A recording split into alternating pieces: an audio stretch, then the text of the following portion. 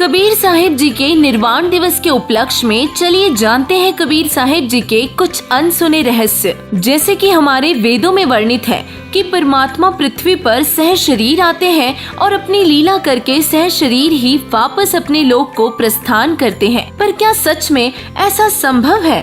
और यदि ऐसा संभव है तो ऐसी लीला आखिर किसने की और कब की? तो चलो आपको बताते हैं कि वह परमपिता परमेश्वर सन 1398 विक्रमी संवत 1455 में ज्येष्ठ मास की पूर्णिमा को लहरतारा तालाब में कमल के पुष्प पर छोटे बालक का रूप बनाकर सह शरीर अवतरित हुए थे और सन 1518 विक्रमी संवत 1575 को माघ महीने में शुक्ल पक्ष की एकादशी को सृष्टि के रचयिता 120 साल इस पृथ्वी पर अपनी लीला करके सह शरीर अपने लोक को प्रस्थान कर गए थे।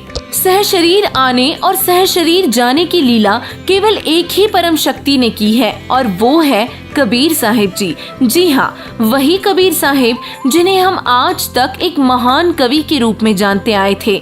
वह स्वयं परमात्मा है जिसे सबका मालिक एक कहा जाता है, जिनकी महिमा वेदों में वर्णित है। जी हाँ, वो सृष्टि के रचयिता कोई और नहीं कबीर साहिब जी ही है, जिनका जन्म माता के गर्भ से नहीं हुआ और उनके सतलोक प्रस्थान के बाद उनके शरीर के स्थान पर सुगंधित फूल मिले थे। उनके शिष्य उस समय काशी के राजा बीरदेव सिंह बघेल और मगहर के मुस्लिम राजा बिजली खां पठान को परमात्मा कबीर जी आकाश में जाते हुए दिखाई दिए थे। वे सभी रोने लगे और कहने लगे कि हम अपने ईश्वर को अंतिम समय में भी सुख नहीं दे सके। वह वास्तव में भगवान थे, हम उसे पहचान नहीं पाए।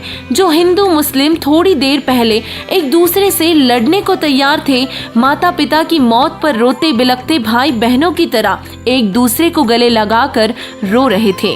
उन्होंने फूलों को 2 हिस्सों में बांट दिया और उसी स्थान पर मगहर में स्मारक है। एक तरफ भगवान कबीर जी का हिंदू मंदिर है और दूसरी तरफ मुस्लिम मजार है। अधिक जानकारी के लिए संत रामपाल जी महाराज ऐप प्ले स्टोर से डाउनलोड करें और संत रामपाल जी महाराज यूट्यूब चैनल पर वीडियोस देखें और सब्सक्राइब करें।